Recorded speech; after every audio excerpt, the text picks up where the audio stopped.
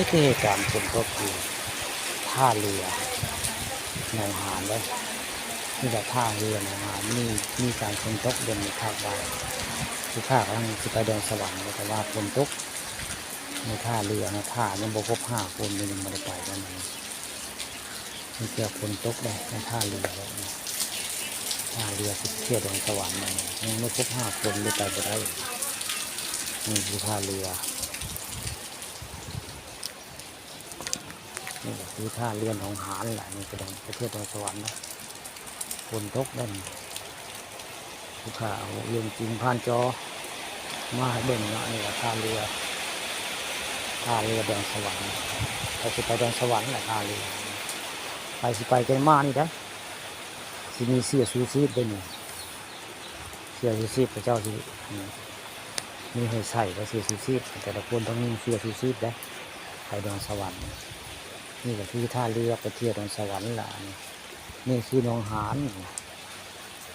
นสกลนครแหละคนกระตกได้ผู้ข่าวมาคนตกในบริเวณท่าเรือต้องไปเดินเที่ยวดอนสวรรค์พาจะไปเที่ยวดอนสวรรค์ต้องมานี่นะต้องไปฮอด5 คนได้จากสิทึกคนละ100ถ้าไปคนเดียวก็500 บาทเลย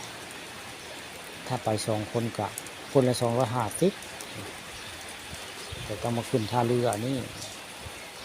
ท่าเรือนี่ไปเที่ยวดอนสวรรค์หนองหานสกลนครอย่างนี้ตอนบ่ายผู้ข่าวเรื่องจริงผ่านจอมาให้เบิ่งซึ่งหน้านี่เป็นโรงพยาบาลเลยโรงพยาบาลสกลนครซึ่งหน้านี่ก็เป็นลาวปูนในลาวปูนลาวเล็กย่างโลชมทิวทัศน์หนองหานสกลนครละมงนี่คือเมื่อภาพมูลดินเมื่อคนกระตกเมื่อกี้นี่ตกบ่แห้งไปเลยนะตกบ่แห้งไปเลยตกอยู่บ่แห้งตกในท่าเรือนี่แหละท่าเรือประเทศดอนสวรรค์หนองหานตกแล้วเรื่องจริงผ่านจอมาให้เบิ่งอย่างนี้บางคนเพิ่งกระท่าเพิ่งไปเลยพอพาเดี๋ยวประเทศดอนสวรรค์มานี่นะก็จะได้ไปว่าได้ไปหรอวะเขาบ่มีคนบ่มีหมู่ครบ5 คนที่ไปได้ก็เลยพายังไม่ได้ไปเนาะถ่ายคลิปถ่ายอย่างน้อยซะก่อนบริเวณท่าเรือก่อนสิไปนี่แหละท่าเรือลงมานี่ท่าเรือไปเที่ยวดอนสวรรค์นะมื้อ5 โมงดินนี่นะฝนตกเลยเอาบ่แห้งปานใดอย่างนั้นบ่แห้งข่าวเรื่องจริงผ่านจอมาให้เบิ่งเนาะนี่ล่ะพุ่นก็เป็นทางเนี่ยเจ้าถมก็ไปลักกิโลนึงก็ได้ไปถมไปหนองหานไปลักกิโลนึงจากโรงพยาบาลไปหอดพุ่นแล้วประมาณลักกิโลนึงเลย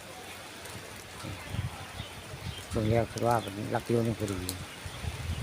จากโรงพยาบาลสกลนครไปได้เจ้าคูนไปได้เป็นทางไปคนกระตกเลยลูกค้าเอาเรื่องจริงผ่านจอมาให้เบิ่งนี่แหละหนองหานสกลนครท่าเรือไปเที่ยวดอนสวรรค์ก็ขึ้นอยู่นี่แหละในราคาคนละ100 บาทต่อคนเนาะไป5 คน500ไปผู้เดียวก็500ไป2 คน250จะแต่งครึ่งนี่แหละท่าเรือไปเที่ยวดอนสวรรค์เนี่ยคักอยู่แล้ว